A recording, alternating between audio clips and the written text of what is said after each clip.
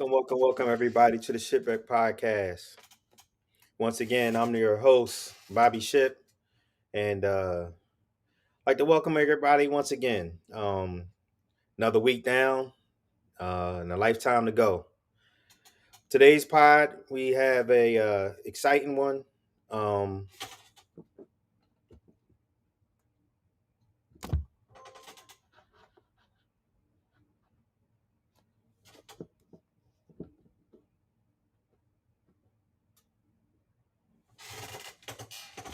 we got an exciting pod today, y'all. We're going to be talking about P Diddy some more, as well as we're going to talk about the what happened this weekend in the House. What happened yesterday? Actually, today they passed it today. So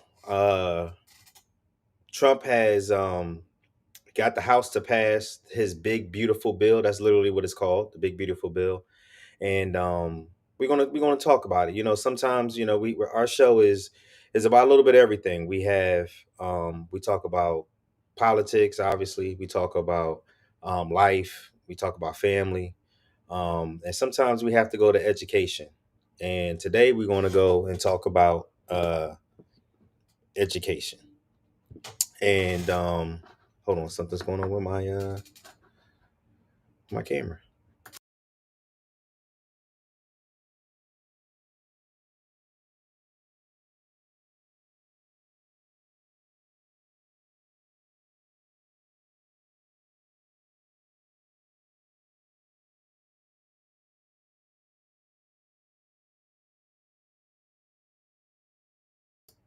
Sorry, everybody, for the technical difficulties. Something's going on with my camera. I can't figure out what's going on right now.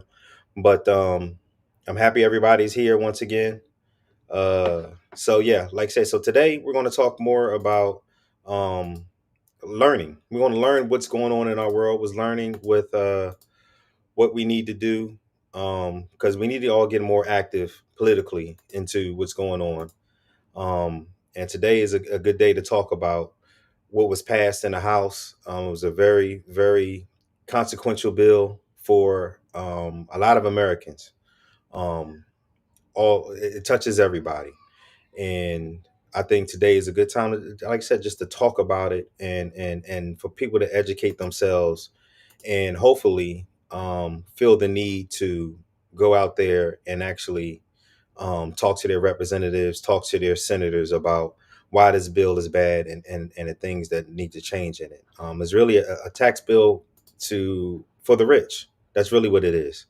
Anybody that you're watching, if you're watching on Facebook, please, I put the link into the Facebook for you to go to my YouTube and watch it on there.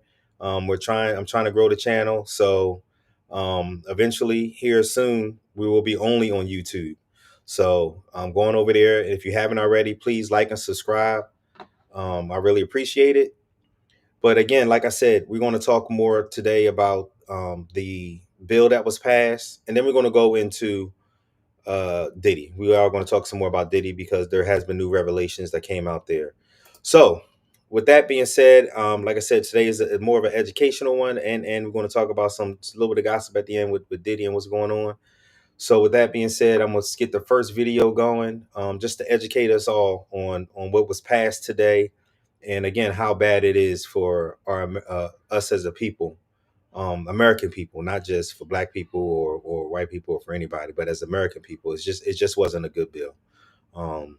All around. Let's turn now to former Treasury official and Morning Joe economic analyst Steve Ratner. He's got charts on the potential impact of this huge legislation. Steve, good morning. So let's talk about the deficit and what this House bill, if it does make its way through, if the Senate, which has said it's not going to vote, many Republicans for this, it's just too big. But if it does go through, what would it do to the deficit? Yeah, as you can imagine, given what Ali just went through and all the lists of things that they're doing, the impact on the deficit is pretty significant.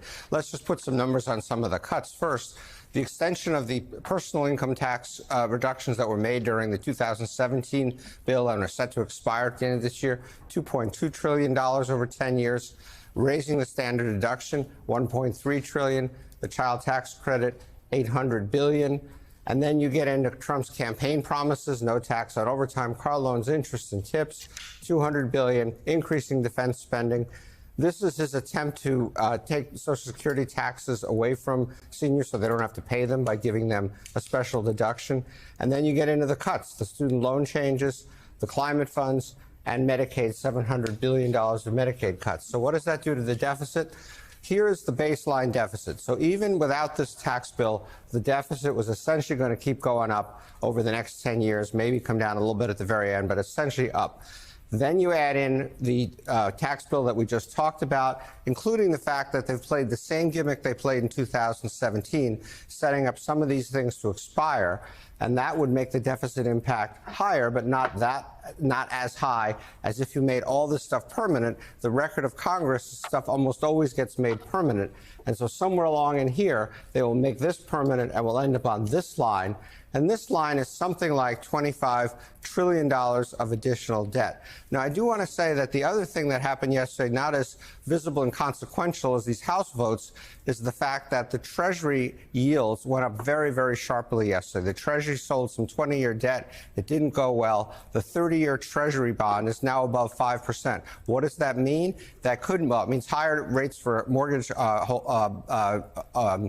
originators and things like that. But what it also means is potentially the bond market starting to say potentially $25 trillion of new debt over the next 10 years is more than we can absorb comfortably. Yeah, Steve, it can't be overstated the importance of the bond market potentially weighing in here. Let's turn to your second chart with the headline: simple but stark and telling. Tax cuts for the wealthy, spending cuts for the poor. Yeah, Ali alluded to this as well, but let's put some numbers on this. If you're in the top 20% of Americans, you're going to get roughly a 3.7% increase in your after-tax income, really all from these tax cuts. But if you go all the way to the bottom, and everything in between essentially leads you to the bottom, if you're in the bottom 20%, you actually lose $800. Why do you lose $800? You get a very small tax cut, and you get a very large cut in Medicaid and these other benefits that we were just talking about that affects the 20% disproportionately. So this is a highly regressive bill that essentially favors the wealthy, doesn't do much for the middle class, and hurts the poor.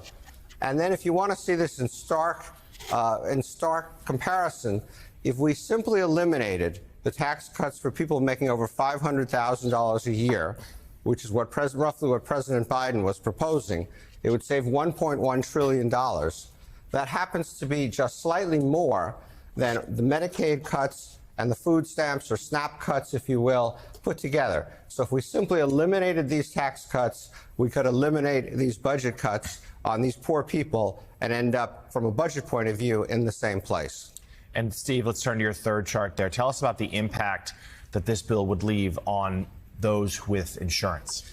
Yeah, so again, as Ali alluded to, the budget cuts Medicaid in a variety of different ways. Some of it gets complicated. I'm not going to get into all the details. But the biggest piece of it is the work requirements, requiring people to, I think, work 80 hours or perform 80 hours of community service at least a month. Things like Ali mentioned, also checking Medicaid eligibility more frequently. There's making it more difficult for the states to get the Medicaid funds they're getting now, and then some Biden-era rules that made it easier to sign up for Medicaid, repealing those, so it becomes harder to sign up for Medicaid. So what does that mean? As Ali said, the estimates are 8.6 million Americans losing their health insurance. And what's interesting about this chart is if you go back over here, before Obamacare went into effect, when we had over 45 million uninsured Americans, it went down, down, down, down, down. In here was Trump 1.0 with his first effort to impose work requirements on Medicaid recipients, so some people became uninsured. Down, down, down again, and now we're looking at taking it back up here and essentially reversing something like 10 years of progress in having fewer and fewer Americans without medical coverage. Let's turn now to former Treasury. So, like I just said, man, this bill is terrible for the poor, the working poor, the middle class. I would even say the upper middle class, and then it's really the best for the rich, to be honest with you. It's absolutely devastating. It touches so many people. It's going to touch seniors because surprisingly, so many seniors are on Medicaid. There's big gaps within Medicaid where seniors don't have all the coverage that they absolutely need through just Medicare. So Medicaid comes in and helps out. One of the biggest insurers for home, long-term living, long-term health living. My something's going on with my camera today. I don't know what's going on with it. Hold on, you guys. Give me a second.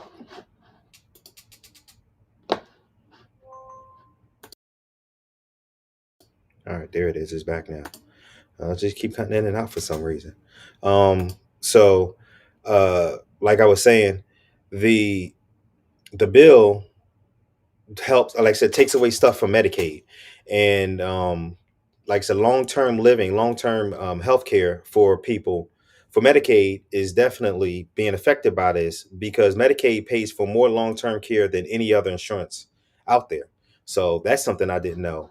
So we're going to go, like I said, go more into what this House bill has, some of the key provisions in there. And I'm honestly say there was one thing that in there that I actually did like of the bill. So that, I try to be objective and honest about what's going on. So here's the House bill in and of itself. You have summary of the tax provisions. Like I said, it includes income, and some of these taxes are permanent and some of them are not. So you have individual income tax; those will be made permanent. The ones that he did in 2017. The estate tax you'll have no estate tax until you're up to 15 million. That's permanent. You have the standard deduction increase. That is temporary. It goes from 1,000 to 2,000 joint, and that's temporary to 2028. So you'll see a lot of these things that the good things actually happen or are now until 2028. And what happens in 2028? Trump's about to leave office. And then a lot of the bad things were set to start after he left office in 29 and beyond. But some of the hardline Republicans came back and said, no, you need to start this now. So one of the other temporary things that is good is a child tax credit.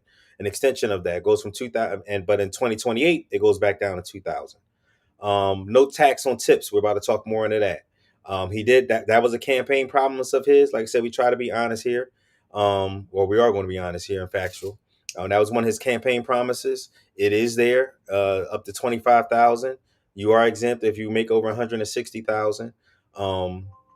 Also, but with that, no tax on tips is only until 2028. So again, some of the good stuff stops and is only temporary while he's in office.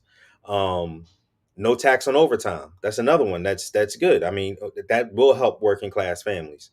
But if you make over 160,000, you're exempt. You cannot get it once again, and it stops in 2028. That was another campaign promise of his, and the last campaign promise of his, just being honest, is the car loan interest deduction. Again, that's temporary. That goes up to $10,000, but the car has to be assembled in the United States. Again, anybody, if you want to come in and join the pod, you're more than welcome to. I put the link in the Facebook as well as the YouTube. So you're welcome to just click the link, and then you can join in and talk about these things that's going on. So again, no tax on tips, exempt for the first 25,000, and it's only effective, as you see, the effective date from 2025 to 2028. Also, you do have to report these tips to your employer because it's no federal taxes on tips, but they still will take out Social Security tax and a Medicare tax on it. And that's the same thing for overtime pay. Your overtime pay will still be taxed for Medicare as well as Social Security. If you make over 160 grand, you're not getting it. Don't even look for it.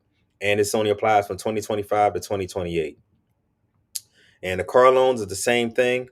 But this one phases out as 100 grand. So if you make over $100,000 or 200 jointly, you will not be able to use all of the deduction on a car loan. And again, a car has to be made within the United States. So those are some of the things that are in that bill in and of itself. Hello. How you doing today? And now let's go to some of the other things that's in here that are catastrophic. So again, he was talking about the Medicaid cuts. They are catastrophic. it will be nearly $1 trillion in reductions over 10 years on the Medicaid cuts. Let me say that again. $1 trillion of reductions over 10 years. That's basically $100 billion a year.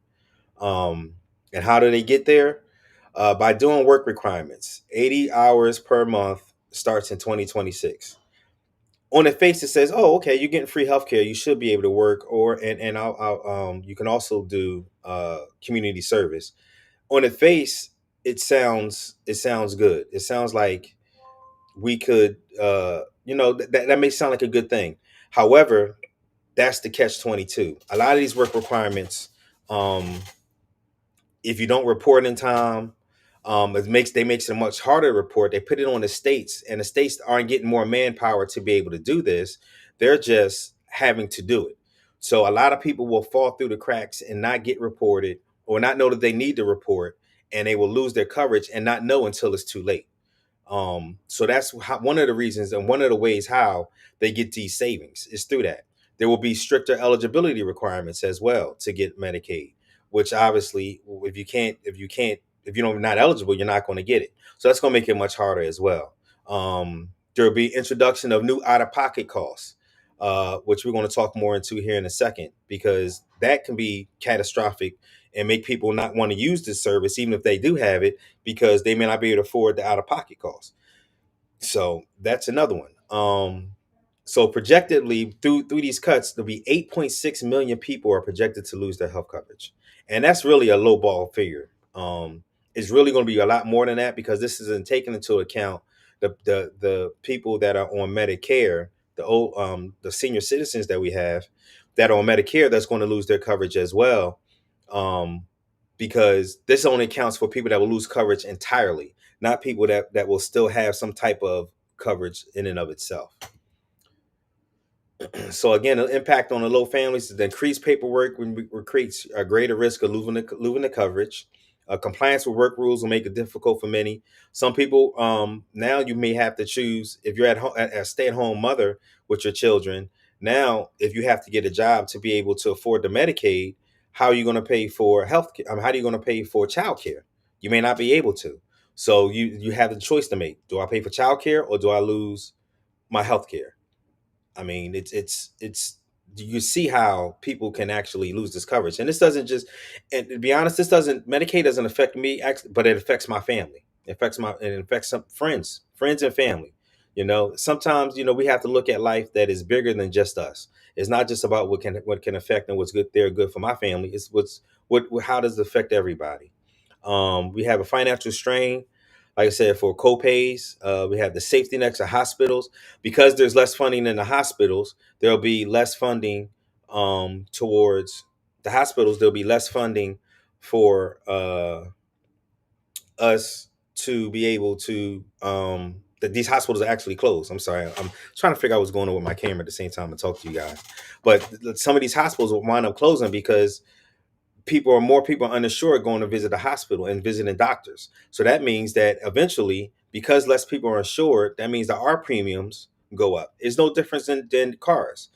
Being from Philly, I remember back in the day, there was a lot of cars that didn't have insurance, and Philly insurance was extremely high. Why? Because there were so many people who didn't have insurance that was having accidents, and insurance companies having to pay for people who didn't have insurance. So what did they do? They had to raise their insurance. So that's the same thing that will happen in healthcare.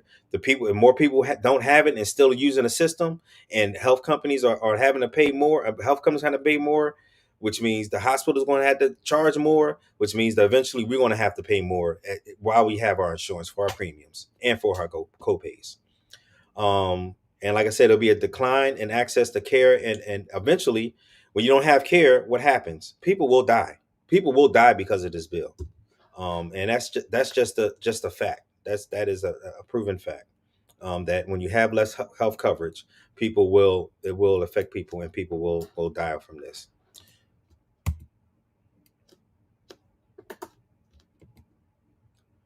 All right. Like I said, the new out-of-pocket expenses will be $35 co-pays, unless it's an emergency. There will be some premium and other fees associated with it if you're not above the FPL. And you're probably asking, what is the FPL? The federal poverty level. That's $15,000. Think about that. The federal poverty level is $15,000.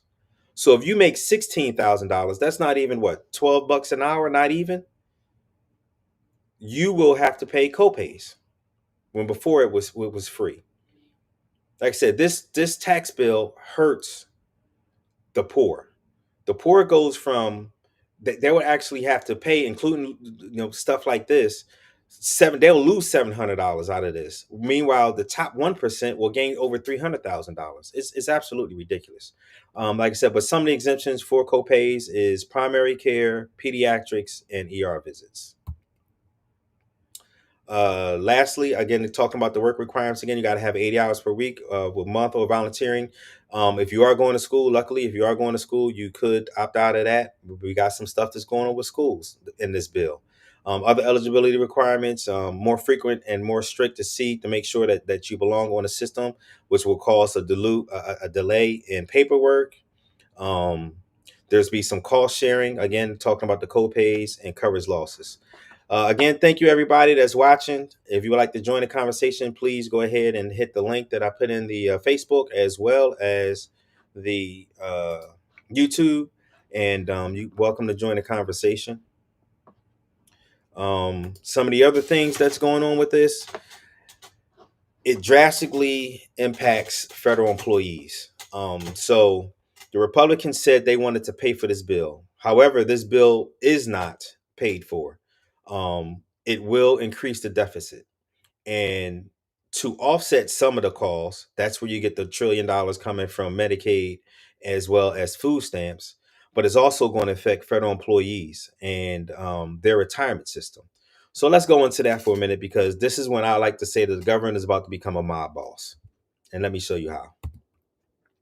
So the FERS annuity supplement, that is a supplement that will be eliminated in 2028. That is a supplement, whereas if you had 30 years of work experience and 30 years of government at time, as well as reach the age of 57, you were eligible to retire. And if you retired, because you're not eligible for Social Security, you would be able to get what they call the FERS supplement, which would bridge the gap between the time you retire and to the time you're eligible for Social Security, because you did a long time with the government. That was one of the benefits of being in the government, is because you may not make as much being a government employee, but you have the security of still having a pension and still having a steady check. But in the short term, or while you're in your career, you won't make as much as you probably could on the outside. So continuing on, so the FERS annuity will completely go away in 2028. So employees retiring before that will still receive the supplement. For employees retiring on or after that date will not receive the supplement. Why is that important? Why are they starting in 2028? Simple. If they were to drop this and say as soon as this bill goes into effect, everybody would lose their first supplement, there will be a rush in the federal government of people that are eligible now that would leave the federal government. And that will create chaos for the American people, because there won't be people there to take care of your Social Security stuff. There won't be people there to take care of TSA stuff. It would be just catastrophic. So they gave a grace period to themselves to allow people the time to retire in a smooth fashion instead of abruptly. So for the people who are eligible January 1st, 2028, they're going to lose up to at least $54,000 in retirement money over that time. So it's that's a lot of money to people. It's just a lot of money, and it's going to be gone. Again, if you want to join, I put the link into the YouTube. I'll put it again in there if you want to join. I seen some people that had their hands raised. I didn't know if they wanted to join or just be just saying hi. I also putting it in the Facebook now. Also continuing on. So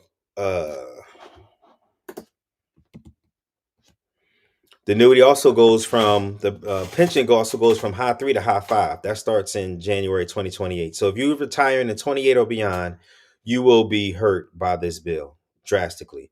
That will cut your earnings off as well from going to high 3 to high 5. So here's an example of how it hurts somebody, the annuity supplement.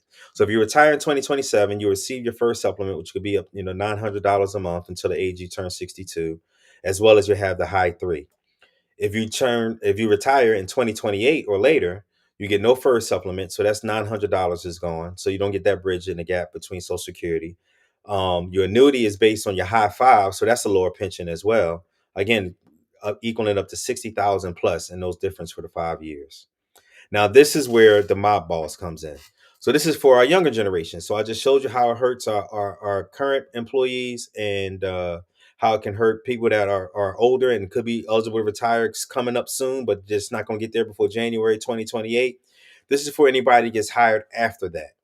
There are major changes to the civil service protections in this bill. New hires must choose between two employment types at will, and you would pay 4.4, which is what everybody pays right now, or people hired after 2013 pays right now, which is 4.4% into their retirement. But you get no civil service protections. But just like Tony Soprano would do if he would walk into a shop and say, "Hey, this is a pretty nice shop here. It'll be pretty bad if something happens to it. But we can make sure nothing happens to it if you pay me some protection." That's what the federal government is doing with this one. If you would like civil service protections, you will pay 9.4% of your salary to retain the right for appeals process. So if you want to pay 10% of your entire salary to the federal government so you can be protected, or you can pay 4.4% and they can come in, even if you've been there 15 or 20 years, and say, "We don't need you anymore. Pack your bags. You're gone." And you have no right to appeal at all. For the employees that do decide that they want to have the protection, now you have to pay if you want to do an appeal, and it's at a $200 price. Before that was free. So if you want to go have any disciplinary actions and want to go to the MSPB, which is the Merit System Protections Board, you got to pay for that. These changes will reduce the number of appeals and weaken job protections. So those are the things that's happening with the federal employees. There's another big one that's going on that's happening. Anybody with student loans, you're affected too, as well as SNAP cuts. What SNAP is otherwise known as food stamps. So let's get into that for a minute. Student loan cuts overview. All right. So student loans will be cut by $330 billion over 10 years. So that's $33 billion a year. What will be cut? We're going to have the elimination of subsidized loans starting in 2026. I'm gonna be honest. I'm not very familiar with the loan process. Luckily, none of my kids needed to take out. Actually, one of my kids did take out a loan, but the other ones have not. But I'm just honestly not very familiar with the loans and how they're subsidized. If anybody is familiar with it and like to come on and talk about it, please feel free to join. There'll be the end of the Grad Plus loan program. I believe that's for anyone that has going for their graduate's degree. There will be caps on borrowing limits from 50,000 to 150,000. So if you're on an undergrad, you can only borrow up to 50,000.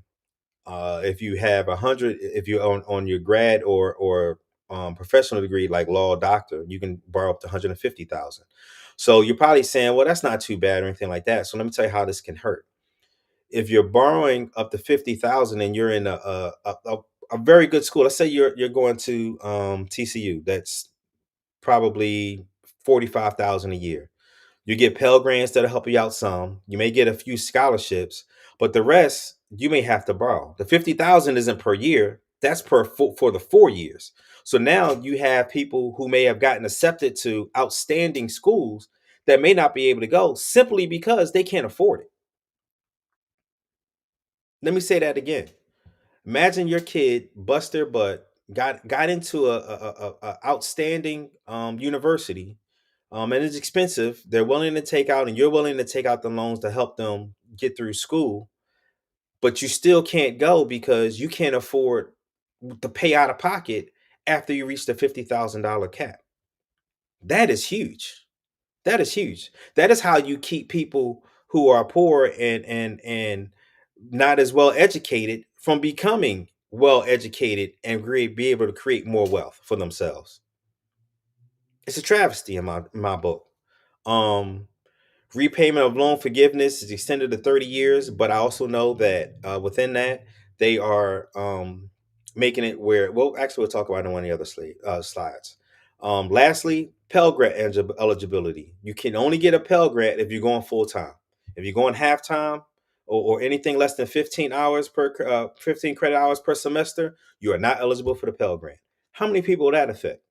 So imagine if you were actually working at a somewhere, and you couldn't go to work because you have kids, or you have you need to work full time for yourself, and you decide that, hey, I want to go to school, but you can't go to school full time because you need to work full time to support yourself. Now you can't even get the added benefit of having a Pell Grant. I mean, that in and of itself is a travesty as well. We have our first person that would like to join the couch with me. Welcome, Holly. Welcome, welcome, welcome to the pod again. Welcome to the couch. Thank you. How you doing today? I'm well. How are you? I'm doing good. I'm doing good. So, as you see, we're talking about student loans right now, and we went over some of the federal loans and Medicaid. I'm sorry, the federal employees and Medicaid. What made you want to jump on and get on the couch today? You know, the thing, and I got on here more so than anything because I'm always educated. You're always giving good information that I don't always get the opportunity to research. So I appreciate you taking the time out to make this information so easily understood, doing these slides, the whole 9 yards. So my purpose today was to get on here to get educated on what exactly this new bill, this big, beautiful bill Big, was. beautiful bill is. Yes, exactly. Yeah. I've heard the term. But Mm-hmm. the Pell Grant, I mean, not the Pell Grant, the Parent Plus loan. Yes. They got rid of that altogether.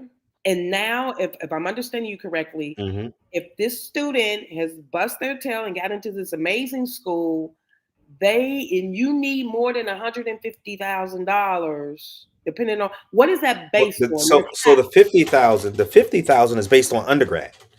So if they need more than 50,000 for undergrad, you can. That's the cap for undergrad. The 150 is for graduate and postgraduate. So like if you're getting your law degree. Okay, so my thing that made me want to jump on one, my son would have never been able to go to school. Yeah. Yeah. He wouldn't have been able to go to school. Yeah. You know, initially he wouldn't have been able to go. I wouldn't have been able to send him to school because we definitely had to do a Parent Plus loan. That was definite. And he had to take out some loans himself. Granted, his loans, I didn't want him to have that type of debt. So I took out the bulk of it. Yeah. And his loans were minor, granted, but he wouldn't have been able to go. So I think, to me, this is a tool they're using to keep people less educated. Less educated, absolutely. I do. I really, really do. So, you know, if you're talking about the upper 10% or so of the population that has wealth, this doesn't bother them at all. Yep. They can pay for their children. They got trust funds and everything, XYZ. The average working American, this is going to stifle the education of everybody that's looking to get a higher education. Yep. Absolutely. Absolutely. It's not fair. It's not fair. Absolutely. This bill is transferring the wealth from the poor and the working class to the rich. It really is. Absolutely it is. And I seen Eddie said you now have to go to private lenders that interest rate and the way they compact that interest should be against the damn law. That's all I'm gonna say. It should be against the law. Yeah. If anybody has ever had a private interest loan, a private student loan, no, I haven't. You'll never get it paid off ever. Really? Ever. You will never ever get it paid off. It just won't happen unless you have the ability to just pay it off in one lump sum or make freaking super duper power payments on it. You will never get it paid off. Case in point, just being 100% transparent. Ruben took out one loan. Ruben went to school in 2008. And do you know, I just buckled down and said, you know what? It was I want to say it was $8,000. I just buckled down probably 2 years ago And he still owed $4,000 on that damn loan. I said, you know what? Oh my I God. am going to just pay this loan off for you. It's freaking ridiculous. And it was only $8,000. It started as $8,000. I tell you no lie. It was $8,000 and he was still paying on it. Oh my God. Yes. Private lending is not the way to go. No, it's not. Wow. That's thank you for jumping on, because like I said, I'm not very educated on the loan process and how that stuff works. And so Snooty has wrote down the U.S. Department of Education pays the interest on subsidized loans while the borrower is in school. Oh, speaking of that, that was a great transition to the next one. That's Snap. I guess I don't have it on this one. Let me see. There we go. Student loans. Subsidized loans are eliminated. Let me say that again. Subsidized loans are eliminated. Interest starts accruing while the student is in school. So if you think, like before, you took out 50, you still owe 50 when school stops. No, they start accruing interest from the day you take the loan. That's huge. They want people to not get an education. It's that simple. It is that simple. So now I wanted to go back one and talk about the SNAP benefits, which is food stamps. $300 billion cuts, $30 billion a year is huge. That's people losing food. And when Trump, when somebody asked Trump about it in the news conference yesterday, he said, well, more food will be available for people. Nobody's going to lose food. More food will be available. Like, what are you even saying? That's not even saying anything. You're taking away money for people to buy food. And all of this to give the richest 1% $300,000 more. It's absolutely atrocious. It really is. So now there'll be $200,000 to the 1%ers is like $1,000 to us. Yep. It's not even significant. It's not. Yeah. And then they're going to have work requirements from 18 to 64 to be able to get food stamps. And I have family members that was that was receiving food stamps and wasn't working, and now you're telling me that for them to receive it, they're going to have to start going to work. And I'm not talking about able-bodied people. I'm talking about people that can't work or have even retired. It's absolutely atrocious. So 3 million households and 4 million children will lose food stamps. Let me say that again. 4 million kids will lose food stamps so we can give the top 1% a huge tax cut. And see, like I said, they do it by creating more red tape. So as you can see here, the states must fund 5% of the benefits and 75% of the admin costs. That's where all of the red tape is going to come in that people stuff is going to get filed on time and they're going to miss months and not get as much as they should have gotten because of the red tape. It's absolutely atrocious. And let me ask you, how did you feel about the federal workers stuff that they're doing for that? Have you heard anything about that from anybody that you may know about how they feel about that? Again, like I said, the big beautiful bill. I got on here to get educated more than anything, but I was listening in when you spoke on it. As far as that, what really raised my eyebrows and gave me pause was the high five. Yeah, that's ridiculous. And like, the federal government has always been gangster. They truly have. But now that you got to pay 10% to be protected, that's straight mafia now. That's straight mafia. There's nothing else to say about it. Yeah, there's nothing else to say about that. There's nothing. Yeah. I mean, me, and I think, and you said this too a little while ago, you're not putting this information out and doing these things because really it's no impact in your direct household, but you got friends and family members that this will have a direct impact on their quality of life. Yeah. And it's disturbing because it's unnecessary. Yep. I'm all for streamlining, being more efficient, getting rid of fraud, waste, abuse.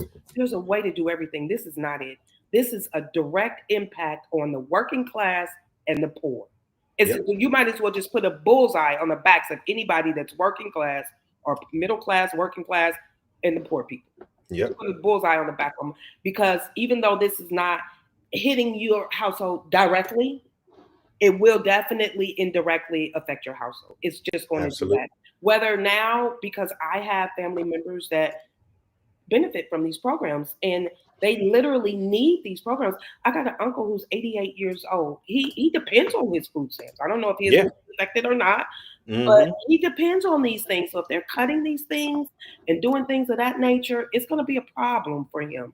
So now the family may have to subsidize some of his income or subsidize him to make sure he's getting food. I don't Yep. know. Yep. You're absolutely correct. And it's a travesty. It truly, truly, truly is. And like you said, it's unnecessary. Even if they were to raise the income on the top 1% by just a little bit, it would pay for the cuts to Medicaid and the cuts to food stamps and the federal employee stuff. This is because they don't want to raise taxes on the rich at all. It's not what they do. Absolutely. It's not what they do. So we're going to pay for it. We're going to pay for it. There is one thing in here that I will say that I wanted to touch on that I actually think is a good thing. Another one of the things that's good. But like I said, I try to be transparent here about what's good and what's not, and be honest, and factual. Uh, what kills me about this one is the fact that it's called the Trump account. It was called the MAGA account until yesterday when Trump said, no, I don't want to call it MAGA anymore. I want to call it the Trump account. So he's literally putting his name on this account. And we're going to go into it here. Uh, it is an account that has, if your child is born between 2025 and 2028, they will get $1,000 automatically added into an account at birth for eligible children. The accounts are managed by a bank or an investment firm. I guess you can pick that, whichever bank, whichever investment firm you want to add it to. And families and third parties may contribute up to $5,000 a year. So if you can afford to contribute to it, it's outstanding. It's super outstanding. But even if you can't, the $1,000, if you put it in and just put it in the S&P 500 and let it sit there, by the time your child is eligible to receive it, it could be worth $10,000 by then, maybe hopefully more. But it definitely is still skews towards the middle class and upper middle class and people that can afford to have those extra funds to be able to contribute more. But in and of itself, it's still a good thing if you can get some money from the government and be able to invest that for your child. It's a good thing. So the funds, you can only get them at the age of 18. At the age of 18, you'll be able to use the funds for education, first time home purchase, or to start a small business. And this is again, it's designed to promote wealth building and children, American children, especially for low income families. To qualify, again, you got to be born. The child has to be born between 2001 and 2025 and 2029. But however, both parents must have a social security number. So if you have a wife that's or a child, or I'm sorry, if you have a wife or a husband or significant other that isn't a part of the that isn't a U.S. citizen, your child does not qualify for it. And the enrollment is automatic. If you are between January 1st of born before January 1st, 2024, and your kid is under 8 years old, only one parent needs to have a social for it to count. But you will not get the $1,000, and you're not automatically enrolled, but you can create the account. Ms. Diva has written down that Kamala wanted to give 10,000 to the first hometown buyers, and she wasn't naming a program after her. You're absolutely correct. She was not naming it after her, and she wasn't going to give something for first time buyers as well. But I just got to call a spade a spade. This one for me is I think it's a good program. It sucks that it's only for 3 years again, just like the last program. Some people said it's a waste. Let me see here. It's a waste because they're giving they are giving money while taking money. That is true. That is absolutely true. If all in all, if it had to go with having the good stuff that's in here between no tax on tips, no tax on overtime, and all those other things, and going back to what it was before, I would absolutely do that. It's not even a shadow of a doubt. But I'm just trying to be here to be honest and point out some of the good things that's in the bill and some of the bad things that's in the bill. That I thought that would be important to the community and everybody that's part of the shipwreck community, my shipmates here. One of the other things, again, so we talked about that. So again, children born 2020 January 2025 do not receive the 1,000 automatic deposit. Children born between now and then do now in 2029 do receive it, but again, both parents have to be on this have a Social Security. Children born under the age of 8 do not get the $1,000, but you can start the growth fund. Like I said, I think this is a good idea. I really do. What do you think about it, Holly? I completely disagree. I think this is a complete why. So he can say that he gave you something. Oh, absolutely, it is. It is to say that he gave you something. That's what It it's is for. Yeah, that's what it's a for. Vanity thing. It is a vanity thing. I agree. Your Spa Diva said he's a complete narcissist. He want to put his name on something. He's giving how much? What is this for? $1,000 annually? No, it's that one time $1,000, and it cannot be withdrawn until the child is 18, and it can be withdrawn at 18. 50% of it, actually, I should have had a slide for that. 50% of it can be withdrawn at the age of 18 if there has been used for education, to buy a first-time home, or to start a small business. At the age of 20, yeah. I'm sorry. Go ahead. $1,000. Mm-hmm. It's probably I don't know what the so you can contribute. So let's say you had a grandchild today that was born today. They would, as long as both parents are citizens, your grandchild would get the $1,000.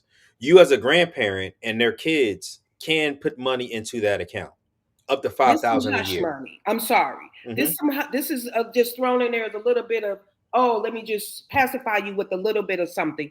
$1,000, a one-time $1,000 benefit is like giving somebody 50 cents. If you ask me, $1,000 is nothing when it comes to, I don't know, a first-time home. Okay, so I could take out $500. $500, you go to the grocery store for 2 months, and that's $500. Yeah. Well, they're looking at if the $1,000 in 2025, the kid turns 18, and what is that? 2043.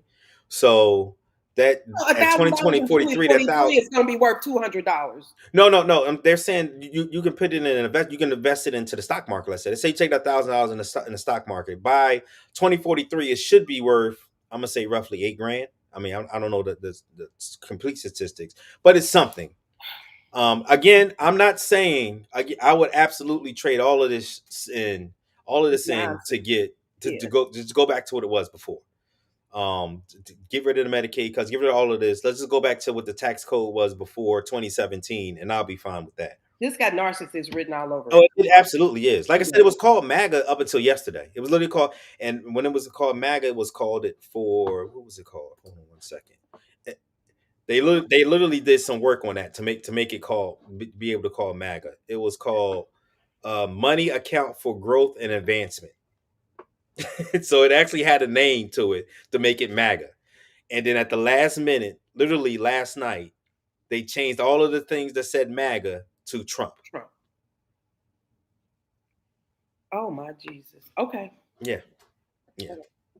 Yep.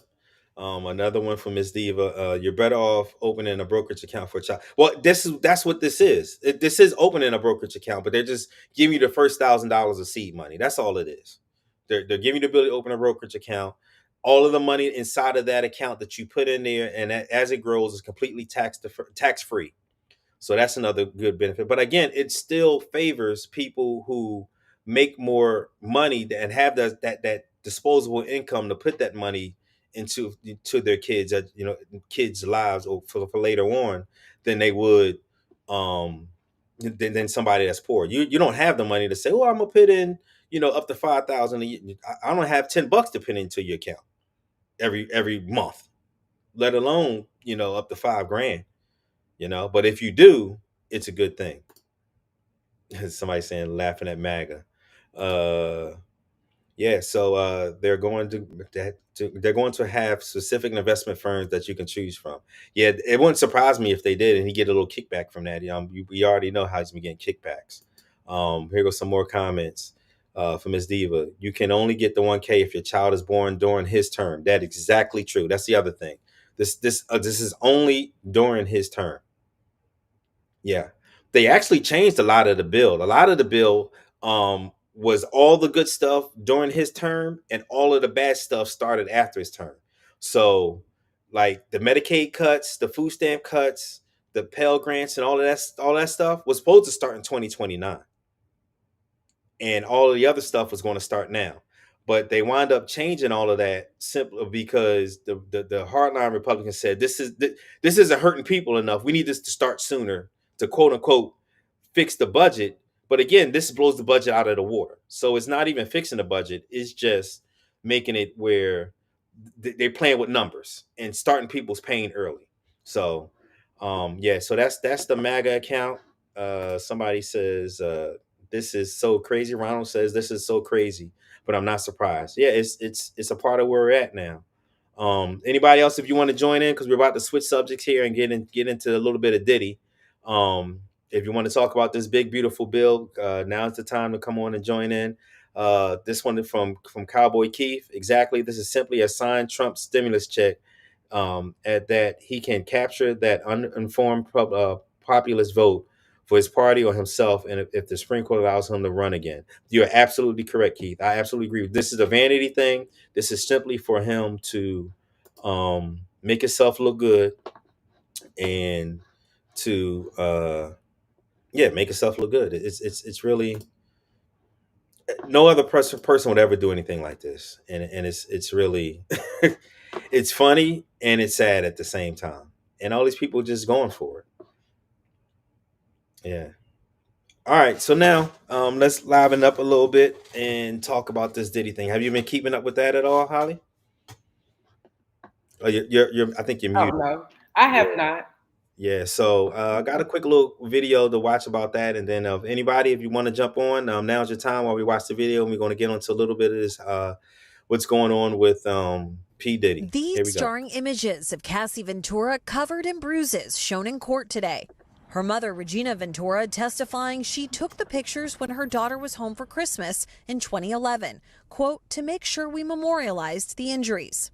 Regina Ventura also said her daughter's former boyfriend, Sean Diddy Combs, demanded $20,000 because Cassie started dating musician Kid Cudi. Ventura said she and her husband used their home equity line of credit to pay Combs. She said he returned the money a few days later. Extortion. Ventura's testimony comes after her daughter took the stand for more than 20 hours, testifying that Combs subjected her to years of abuse and forced her to participate in drug-fueled sex parties known as freak-offs. Combs is charged with 5 counts, including sex trafficking and racketeering. He has denied all wrongdoing. Prosecutors have also shown the jury these pictures that they say show Combs' hotel room the night he was arrested, including bottles of baby oil and drugs. His former personal assistant, David James, today painting a picture of what it was like to work for the music mogul, testifying about an incident in 2008 when he went with Combs to try to confront rival record label founder Suge Knight.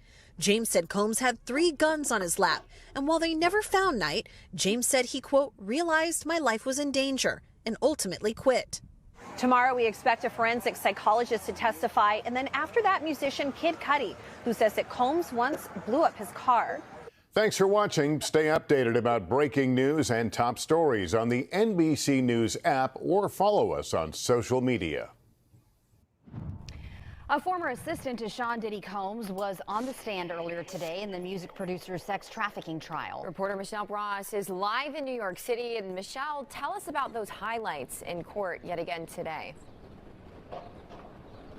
Caroline, Rashi, taking up most of today's testimony was a clinical and forensic psychologist named Dr. Dawn Hughes.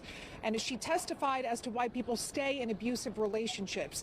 Dr. Hughes also revealed how much she makes. She's paid $600 per hour for her work, and for one day of testimony, $6,000. She testified in other high-profile cases like the defamation trial with Amber Heard and Johnny Depp, singer R. Kelly, and NXIVM founder Keith Raniere. She dug into 4 main topics today: why people stay in these types of relationships, how they cope, how and when they reveal what happened to them, and memory. She explained that abusive relationships do have love, and trauma bonding can make it harder to leave, and taking illegal substances can numb the pain of it all. Now, the star prosecution witness on Thursday at Sean Diddy Combs' sex trafficking trial was the actor and singer Kid Cudi. Cudi talked about how he dated Cassie, the R&B singer who was the longtime girlfriend of Sean Combs back in late 2011. Cudi recalled being with Cassie at a hotel in the Hollywood area. He had taken her there because she was afraid that Combs would hurt her because she was dating Cudi, and that he had just found out about that relationship. Now, Cudi said he received a phone call telling him that Combs was breaking into his home in the Hollywood Hills. When he got there, he found Christmas presents that had been unwrapped, and his dog was locked in a bathroom. He said along the way, as he was driving, he called Combs and said he wanted to talk to him. He wanted to meet him at the house. But when he got there, Combs was gone. Cudi said that he flew with Cassie, or rather met her in Connecticut, where she was spending the holidays with her family. When he returned to Los Angeles in January, he said his Porsche 911 convertible, his car, was firebombed. He suspected that Combs had something to do with it. Cassie had told him that Combs had threatened to harm them in some way, and that he would not have his fingerprints on it, that he would not do it at his hands, but that it would be done, and it would be done to hurt them. Combs' lawyer pointed out that nobody has been arrested in connection with the car fire. Brian Steele suggested that it was Ventura who was the villain, playing both men. He said that Ventura had led a double life, that while dating Cudi and telling him that she had broken up with Combs, she was hiding that relationship from Combs, using a burner phone. And Cassie testified that in fact she was still seeing Combs, that they were involved in those so-called freak-offs even while she was seeing Kid Cudi.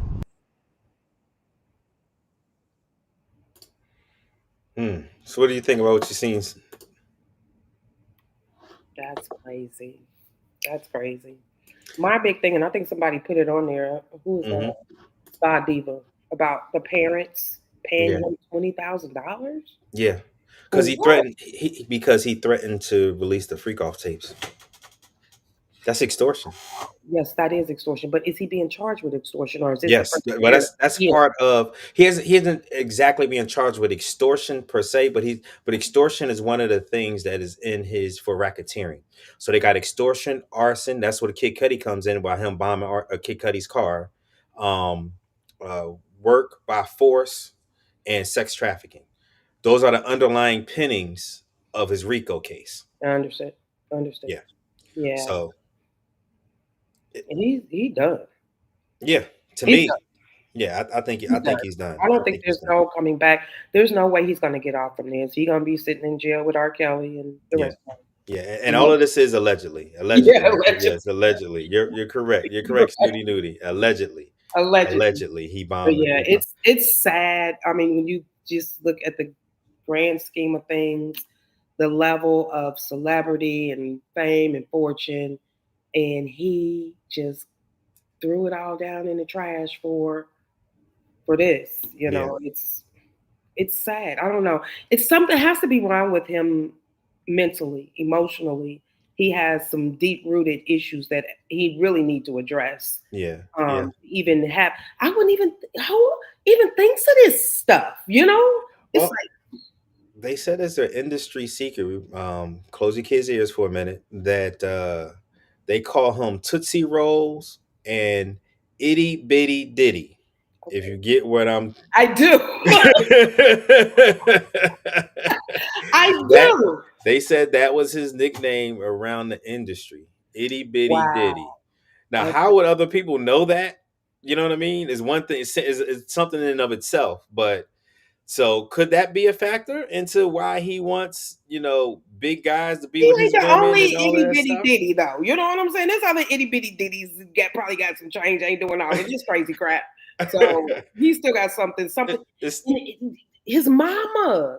His mama Yeah. was, around a lot because his mom was, pretty intertwined into his part. You seen the videos where she at the parties and stuff like that. I'm like, does money really distort your integrity that much?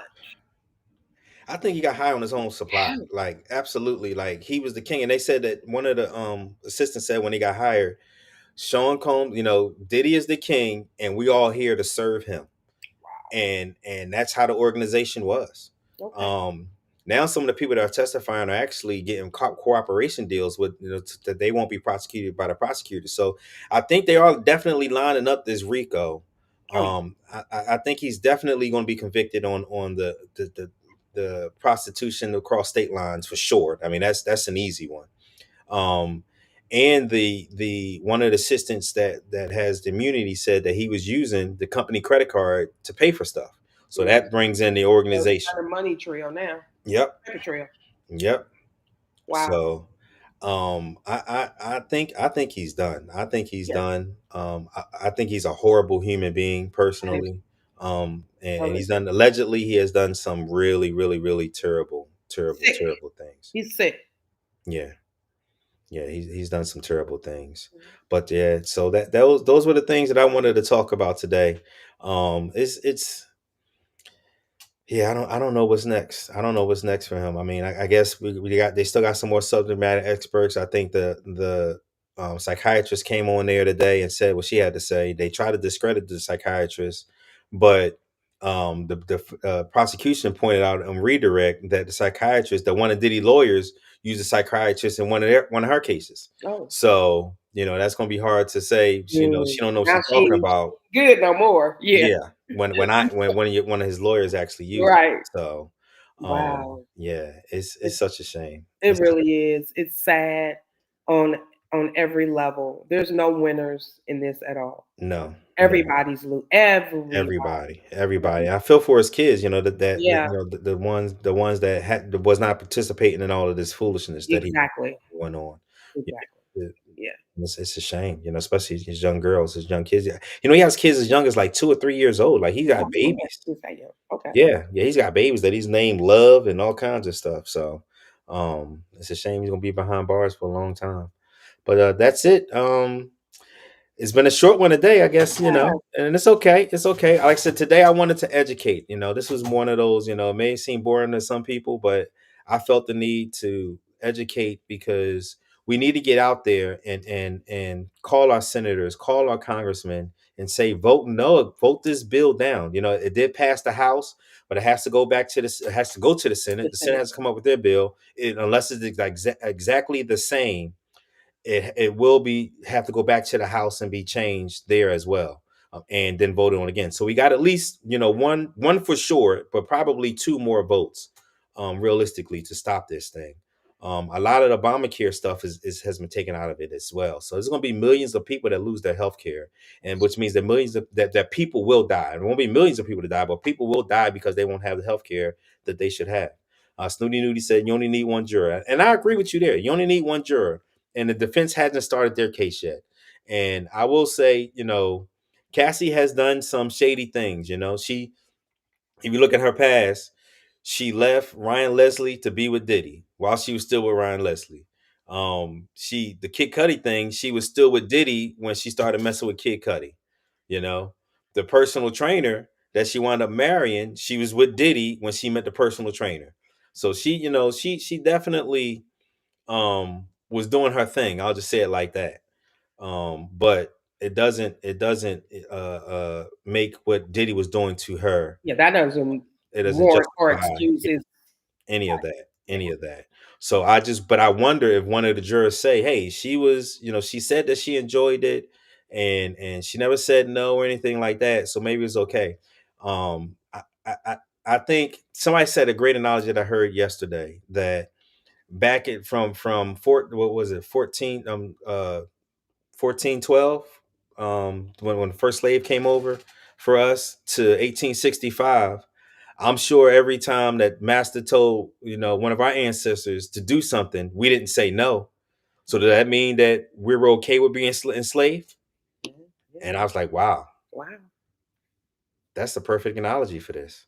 So just because she didn't say no, don't mean that she enjoyed it and wanted to be a part of it, at some point. Yeah.